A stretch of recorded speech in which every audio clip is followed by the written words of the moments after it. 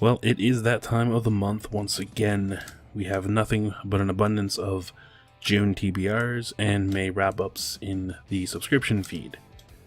It's been almost 2 weeks since I've done a video, and, well, I guess I might as well go ahead and do a wrap-up since I finally actually got through enough books that I feel that it's warranted to do so, especially considering how much I've actually enjoyed pretty much everything I read this month. So, I will caveat this by saying that this wrap-up is pretty much brought to you exclusively by Audible, because 6 of the 8 books that I got through this month were audiobooks. I spent a great portion of May doing absolutely nothing but working on my own manuscript, so other than listening to audiobooks at work, there was very little reading done otherwise. But excuses aside, here we go. The first book I'm going to talk about is one that surprised me a great deal. I do plan to leave my favorite and least favorite reads for the end of the video, and this one was dangerously hovering towards least favorite for much of the month. And for anybody that knows me in any capacity, it's going to sound weird to say this, but I'm referring to Salvage Merc 1, The Daedalus System, by Jake Bible. Jake Bible is, hands down, my most talked about author on this channel, and he is one of my favorites. And Salvage Merc 1 was actually a really amazing book last year. I really enjoyed it. It was great sci-fi, the characters were awesome, the world was different than anything else you'd see in science fiction. So yeah, it was great. This sequel kind of fell short for me. Like, it's still fine, it's still serviceable, still a Jake Bible book, and I do enjoy it. The issue with it is, for the first time reading a Jake Bible book, the pop culture references and just the cultural references in general, I find felt really out of place. And it doesn't help that Joe Larabeau, the Salvage Merc 1, and his assistant are mainly on like an excursion on their own in this novel. Sure, they introduce new characters and we get a brief taste of interactions with some of the cast from the last novel, but for the most part it is just Joe and his assistant. And I think a lot of the strength of the first Salvage Merc was the rest of the cast and how everything interacted with each other. So it's odd to say this, but I wasn't really a big fan.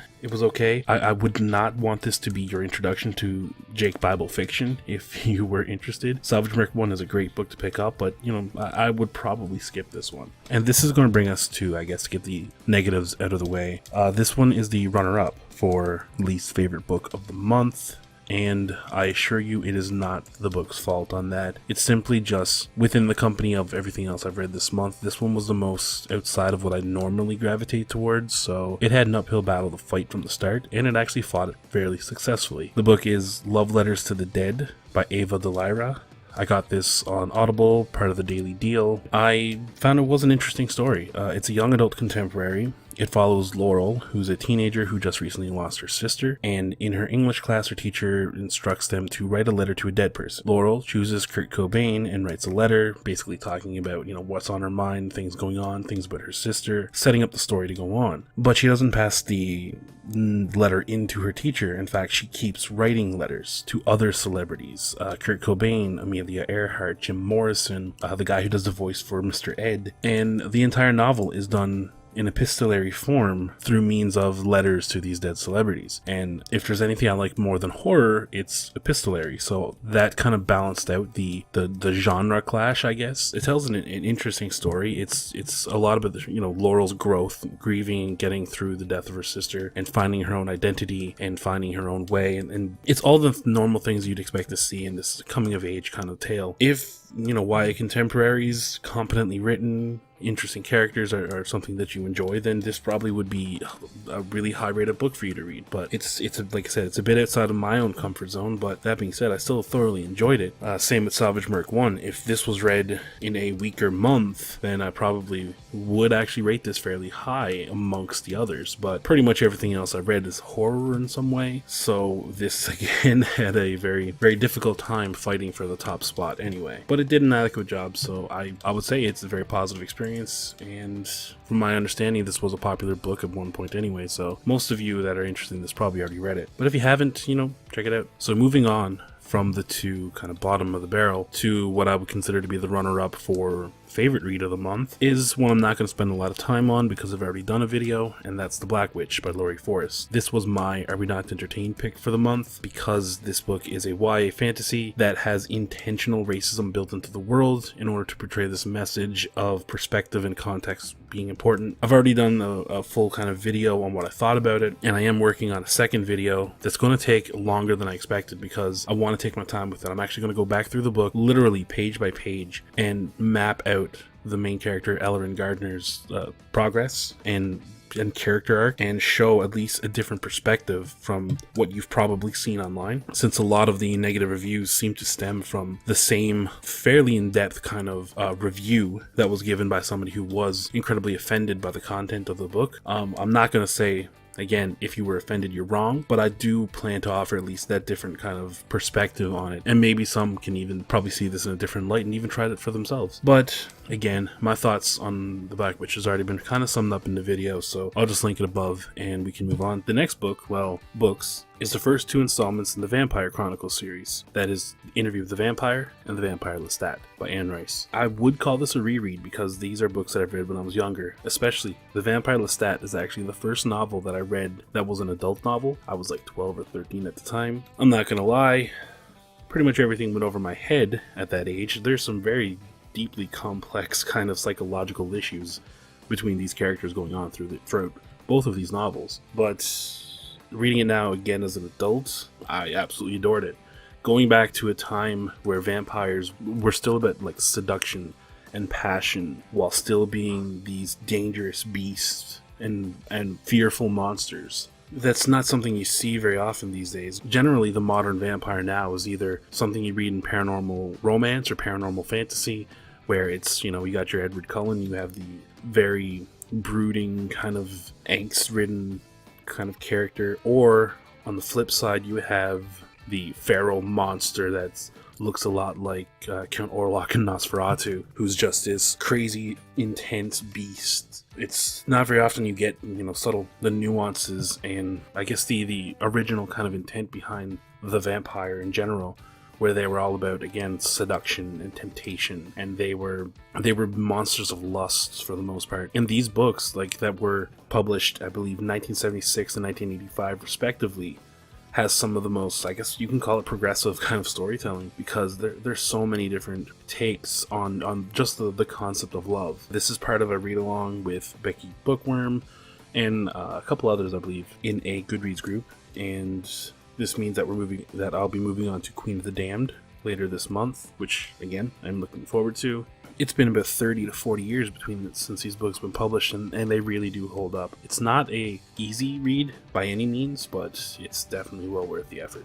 Which brings us to our final book before hitting the most and least favorites, and this book is Helldivers by Nicholas Sansbury Smith. Helldivers is a book that was sitting in my Audible library for, it's got to be at least a couple of months now. I think it was a daily deal at one point, or I may have got it while it was part of a 2-for-1 deal or something like that.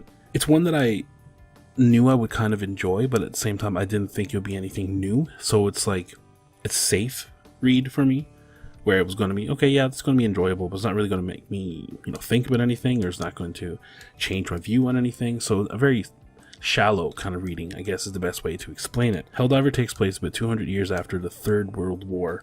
The Earth is entirely scorched earth now. There's no life on Earth, well, no human life on Earth. And the final remnants of humanity is left in these two massive airships. This is now the last collection of humans left. We have the Hive and we have Ares. Very early in the book, the Hive receives a distress call from Ares, and they are in danger. So considering Ares holds half of the remaining human population on the planet, the Hive will certainly goes to the rescue per se. And it leads to, and then it becomes a struggle of making sure, you know, the human race doesn't die out here. Helldivers are kind of the elite trained operatives who literally leap from the airship, or at least from a dropship, navigate these insane electrical storms that are constantly brewing over the Earth, and land to the surface, and they scavenge for resources that cannot be farmed or produced any other way on the ship. I will admit, listening to this book, it was exactly what I expected. There's a surprisingly amount of intrigue taking place on the ship between the classes. There's the lower deck and the upper deck that kind of clash. While listening to the book, I didn't realize until the final third or so that I was so invested in the characters, because near the end I was starting to actually feel a little bit of, oh my god, are they going to make it? Is he going to make it? Is she going to make it? What's going on? It's something. I don't know this author well enough to know whether he's the kind of guy that's going to kill off all of his characters, or if it's going to end on a very down note. And this is the beauty of not knowing much about the story going into it. And the ending itself was a satisfying and true conclusion to the story, but still a punch in the gut at the same time. It's a great ending that resolves the story, but at the same time desperately makes me want to read the second novel, now that I know there is one. Unfortunately, it's not out yet. I believe it's coming out in July, so I'll have to get back to you on that. But yeah, it was a great read. I know I've said this about pretty much everything so far, but in a lesser reading month, this probably would have been my favorite book. And that's going to bring us to the final two, which I want to start with my least favorite read of the month, which again, it speaks more to the genre, to the type of novel that it is, and not to its quality, because I quite enjoyed it. It's a mystery thriller. It's called Good As Gone by Amy Gentry. This is actually another one of the Audible daily deals. I don't have anything negative to say about it. It's a thriller, it does its job. The plot revolves around a young girl named Julie.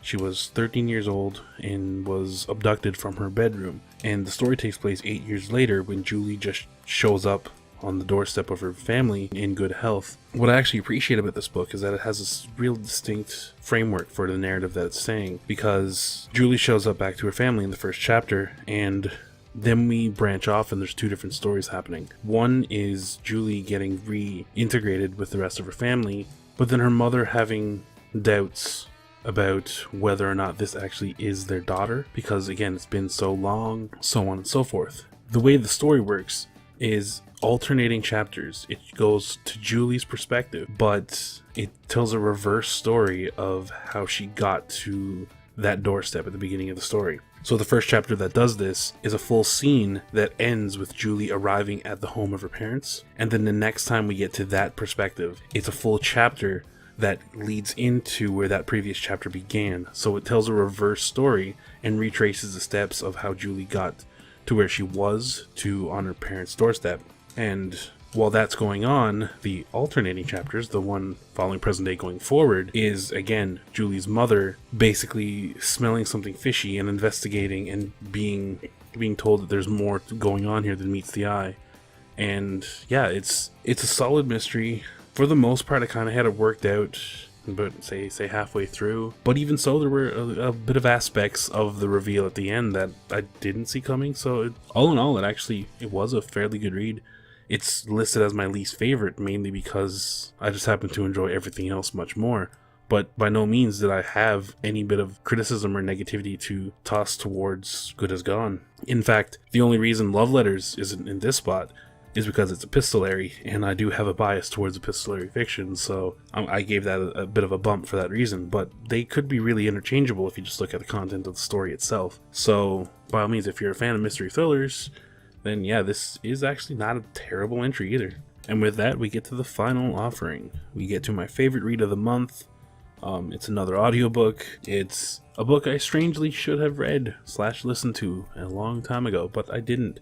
It is The Demonologist by Gerald Brittle. This is a non-fiction book, surprisingly enough, that highlights the cases of Ed and Lorraine Warren. Now, if you are not familiar with this couple, you probably still have heard of them. They're world-renowned paranormal investigators. The movies The Conjuring and its sequel, as well as Annabelle and its sequel, are based on real-life cases that they've investigated. They are also probably the most prolific investigators that investigated the haunting in Long Island that came to be known as the Amityville Horror. So they're fairly prolific and very famous in the sphere of paranormal investigation. And what The Demonologist is, it's a non-fiction account, but it's not just them. It's not just stories of places they've investigated. It's actually a pretty comprehensive. It's actually a pretty comprehensive report on the different stages of what a demonic possession would look like. from like the very early symptoms to full-on manifestation and things flying across the room kind of thing. They go into each various step of the demonic possession process, and then it goes into a certain case that they've worked to kind of illustrate that particular step. This book is where you first get introduced to Annabelle, the doll that inspired the movie, among a number of other very, very horrific and startling kind of experiences they've had. The audiobook narrator is actually pretty amazing at this. For the most part, even though it's not written by the Warrens, it is using real life interviews and documents, and essentially it is told from the perspective of Ed Warren, and the narrator does a really good job, you know, with Ed's cadence, and when he's talking to like possessed individuals and those points of the story, the narrator really does a superb job bringing that to life. So his name is Tob Habercorn. I just want to give props to that, because this is one of those books where I would say if you're a fan of horror and you haven't already read this book, then definitely get the audiobook and take a listen to it, because it's great. It also doesn't hurt that while listening to this book at work, 3/4 of it to be precise, the power went out for most of the night, which was kind of creepy considering I work overnights by myself in a gas station on the highway outside of town. So really there's literally nothing around me but trees and the highway in front of me, and that's it. The power goes out. It's not a welcoming sight. So listening to the demonologist and using the voices for the possessed people and going through all these various kind of steps of possession, yeah, it was a great ride. As a horror fan and someone who's not really all that worried about, you know, the real world applications of like demonic possession and things like this, it's a great read. If you're sensitive to that kind of thing, you might want to pass on it, because again, they do go into some great detail with some of these cases, and they are fairly horrifying, which is probably a big reason why it was my favorite read of the month. And that's going to bring the wrap up to an end. I spent a lot of time on Audible this month, but I'm fixing that now. Right now, I am currently reading through The Last Werewolf, and I will get that done. Truth be told, I'm actually fairly enjoying the story so far. And audiobook, presently right now, I'm pretty sure NPC is what I'm going to start up, because I literally just finished The Vampire Lestat, and NPC sounds like a fun time. It's a fantasy. It's kind of set into a D&D universe where the adventuring party actually dies. So it's a group of NPCs that kind of grab their gear and go on the quest for them. Sounds hilarious. And, you know, I'll check back with you guys and let you know what I think about that. So when it comes to the books here, other than probably doing an overall video on the Vampire Chronicles when I finished them all, you know, 8 months from now, if there's any books here specifically you'd want to hear more about, or if you just want to get deeper look at it, from my perspective anyway, just let me know. Like I said, I haven't done very many reviews per se on this channel yet, but I'm not opposed to the idea, and if there's something specific you want to get a deeper dive for, I'm certainly up for it. Just let me know. Or you can, you know, just talk in the comments, talk on Twitter. I spend most of my time on Voxer now, so I'm not that hard to find if you want to engage in some conversation about these titles or anything else. And that'll do it for today. I will see you guys in the next video. Cheers.